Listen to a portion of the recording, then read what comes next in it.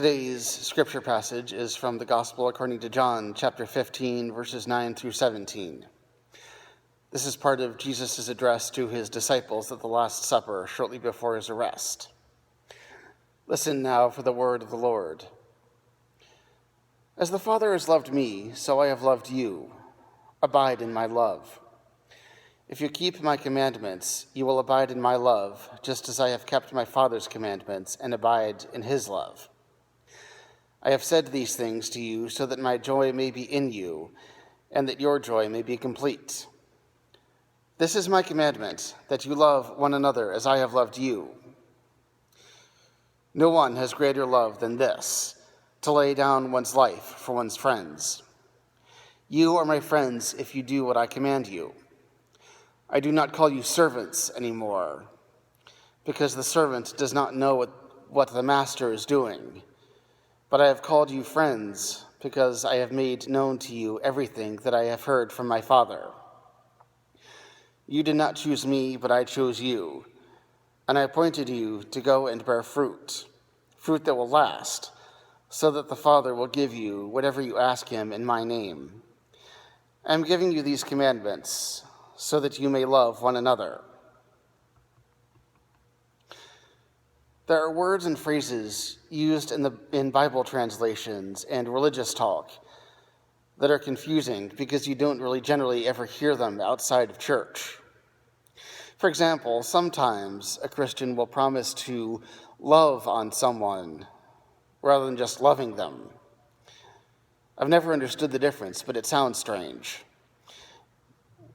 If you want to test this, sometime go and tell one of your parents or children or your spouse, I really love on you. See how all that goes over. I've been tempted to ask sometimes what the difference is between loving on someone and loving at someone. Other times you'll hear things like, don't worry, God will provide. Or, God will never give you more than you can handle. These phrases are well-intended, but they're not biblical and they don't really mean anything. Generally, when you hear them, the speaker is trying to fill a hole in the conversation because he or she feels obligated to say something, even if it's meaningless. Then there are those words that only show up in the Bible. They're usually relics of the King James Version that older translations just haven't updated. Aside from the use of the word serpent rather than snake in Genesis for the animal that Adam and Eve meet in the Garden of Eden, there's a word in the Old Testament. It's an attribute of God. The Hebrew word is hesed, and it's usually translated loving kindness. That word makes me cringe because it's a churchy-sounding word that really doesn't have any meaning. I kind of wish the newer translations would use a phrase like unchanging love or unending unconditional love, but that hasn't really caught on yet. But then there's this word that Jesus uses in today's passage, abide. Occasionally I hear someone saying something like, I just can't abide it when he does that, meaning that the speaker doesn't like a particular behavior and wishes it would stop. But just abiding, as Jesus says, we don't usually hear that. A church music director told me once that the word reminded him of the movie The Big Lebowski, which inspired a t-shirt that says that the dude abides. I admit that I couldn't quite make heads or tails of that slogan either, and I had to go to a dictionary to look up the word abide to even understand what this passage meant.